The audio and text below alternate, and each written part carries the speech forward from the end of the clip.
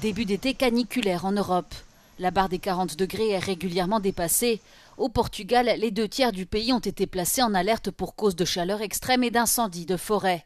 Dans la capitale, Lisbonne, les températures pourraient grimper jusqu'à 42 degrés. Les touristes essaient de se protéger comme ils peuvent en utilisant des parapluies et des parasols, en buvant à des fontaines publiques ou en allant à la plage. Sim, cuidados com calor. Vamos estar sempre aqui no carro, um bocadinho vamos ali para as nossas arcas, ali comer e apanhamos bocado de sombra. En Italie, plusieurs régions comme la Toscane, la Calabre ou encore les Pouilles ont interdit certaines activités professionnelles en plein air pendant les heures les plus chaudes de la journée. 21 villes sont en état d'alerte canicule maximale. L'Espagne connaît elle aussi des températures records. À Séville et dans d'autres villes du sud du pays, les températures sont montées jusqu'à 42 degrés. Ici aussi, les autorités ont émis des alertes sanitaires et des recommandations de sécurité. Yo me libro de dar consejo a nadie, pero viendo lo visto que vamos a llegar a 43 grados, a las horas de más calor que se quiten de en medio, por muy bonita que sea Sevilla y haya que verla, pero que esperen a levantarse prontito y a las tantas de la noche, porque otras horas no hay. À Madrid, les températures devraient avoisiner les 37 degrés, mais aucun orage n'est prévu d'ici à lundi prochain.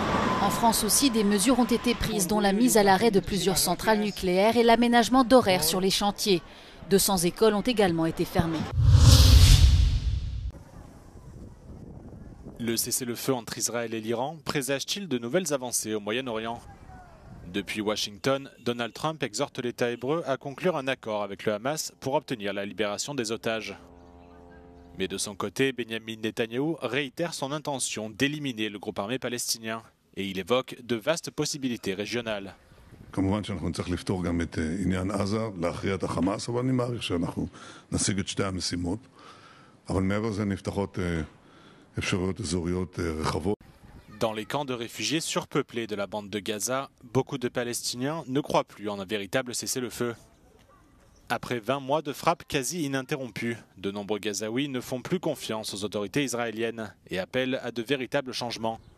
مش أول مرة يحكي الحكي هذا، صار لنا من أول الحرب وعدونا فيك أشياء إنه سلموا الأسرى وحنوقف الحرب، لا وقفوا حرب وسلمنا أسرى فعليا ورجعت الحرب ثاني. تصريح زيه زي اللي قبله، إحنا اليوم بنخوض حرب لنا أكثر من سنتين، وإحنا بنسمع هدنة، خلصت الحرب انتهى وقف إطلاق نار، في صفقة، حتى يوم ما صارت الصفقة رجعنا للحرب مرة ثانية، يعني إحنا بدناش كلام بدنا فعل.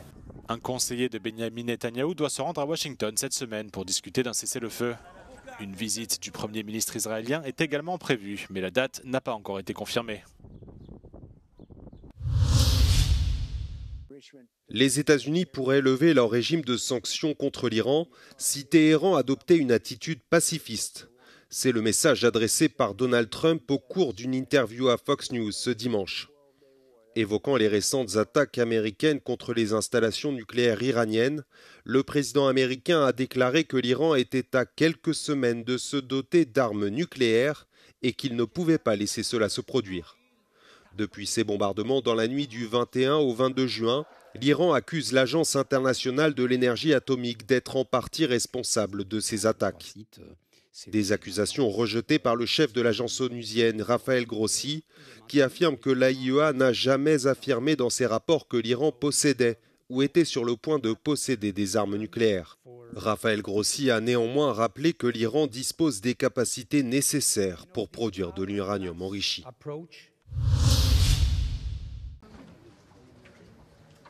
Le 18e paquet de sanctions contre la Russie toujours au point mort. Les dirigeants européens ont échoué vendredi à adopter à l'unanimité de nouvelles sanctions contre Moscou suite à un veto de la Slovaquie. La pomme de la discorde est ailleurs. Bratislava espère obtenir des concessions de Bruxelles sur le plan Repower EU. Cette feuille de route vise à se passer des énergies fossiles russes d'ici à 2027 dans l'UE. Musím zdôrazniť, že ide o mimoriadne vážny návrh Európskej komisie, ktorý bude mať mimoriadne negatívny dopad tak na ceny plynu na Slovensku, či už pre domácnosti alebo pre priemysel, ale bude viesť určite aj k zníženiu konkurencieschopnosti celej Európskej únie. Il demande ensuite des compensations pour les ménages et les industries slovaques. Ensuite, il assure que Gazprom pourrait poursuivre en justice la Slovaquie si elle mettait fin au contrat d'approvisionnement. Une crainte balayée par cet expert des sanctions contre la Russie. It depends a little bit on the specific provisions of this import contract, but generally speaking, once there is a sanction, a ban on certain imports, then the contractual parties can declare force majeure and decline to pay for the volumes that were originally contracted. Seuls 2 pays de l'UE continuent à importer du pétrole et du gaz russe via gazoducs et oléoducs, la Slovaquie et la Hongrie. Toutefois, 10 pays européens tels que la Belgique, la France et l'Espagne achètent toujours du gaz naturel liquéfié en provenance de Russie. Les négociations sur le 18e paquet de sanctions sont toujours en cours. Une rencontre entre la Commission européenne et la Slovaquie pour trouver une issue à cet imbroglio est prévue cette semaine. Dans le nord-ouest des États-Unis, en Idaho, 2 pompiers ont été abattus dimanche dans le comté montagneux de Kootenay, alors qu'ils luttaient contre un feu de broussailles. Un 3e pompier a été blessé et hospitalisé. Il se trouvait dans un état stable dimanche soir. Selon les enquêteurs, le tireur aurait commis cette embuscade seul. Il a été retrouvé mort après des échanges de coups de feu avec la police. Ses motivations restent pour l'heure mystérieuses. L'alerte est désormais levée. Des centaines de personnes sont descendues dans les rues de Valence dimanche pour réclamer la démission du président régional et de son gouvernement.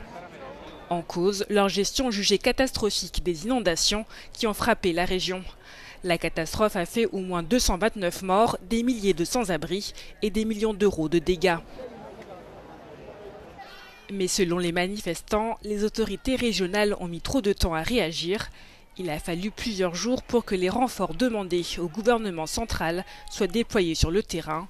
Une lenteur jugée inacceptable par la population. Les organisateurs du rassemblement dénoncent aussi l'absence de vision claire pour la reconstruction. Ils s'inquiètent notamment du sort des infrastructures éducatives, toujours à l'abandon. Les manifestants exigent des actions urgentes, concrètes et un vrai plan pour permettre à la région de retrouver une vie normale.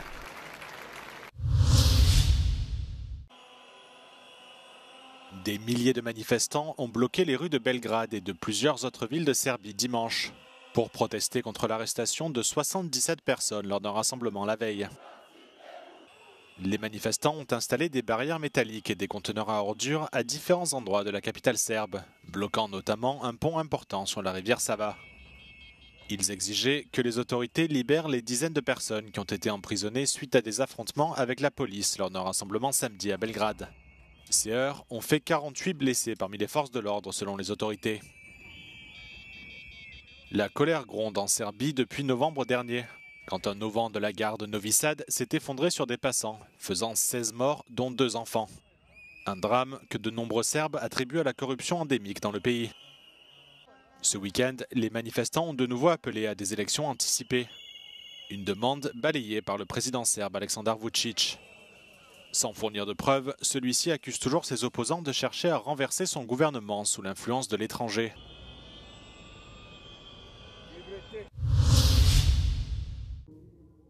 Aux États-Unis, les sénateurs ont commencé samedi l'examen du méga-projet budgétaire voulu par le président Donald Trump.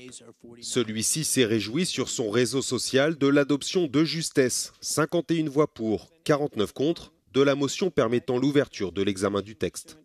Le projet, baptisé « Grande et belle loi » par l'hôte de la Maison-Blanche, prévoit plus de 3 500 milliards de dollars d'allègements fiscaux, l'augmentation des budgets de la défense et de la lutte contre l'immigration, ainsi que la réduction des dépenses publiques de santé ou encore de l'aide alimentaire.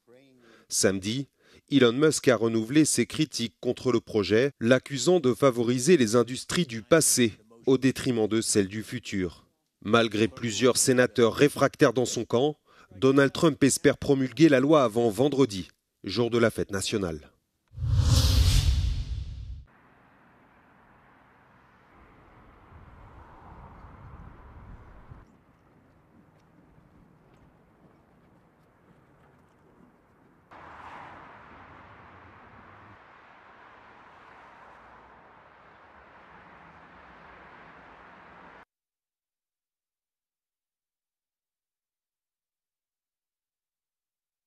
Je suis favorable à avoir ces objectifs en 2040.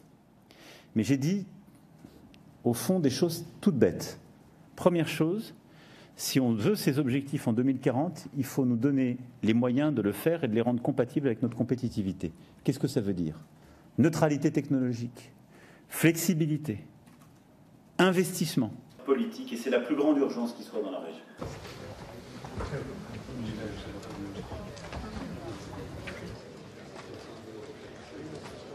We need some clear orientation around 2040 and the reduction of 90% of our emissions by 2040 is a clear goal. Then how we can combine the different pieces, the eventual flexibilities, is the thing to be discussed. But we're working hard and we will table our proposal in the coming days.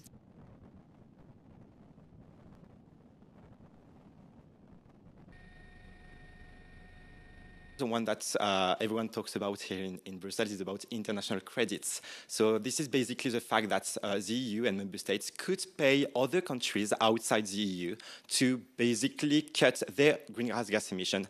And then this will be included in the 90% of cut of greenhouse gas emission beyond, within the EU borders. That's a very big issue because this will divert investments for industry or for people, municipalities outside the EU, and this will be more expensive and will have less positive impact on the people and on industry in the EU.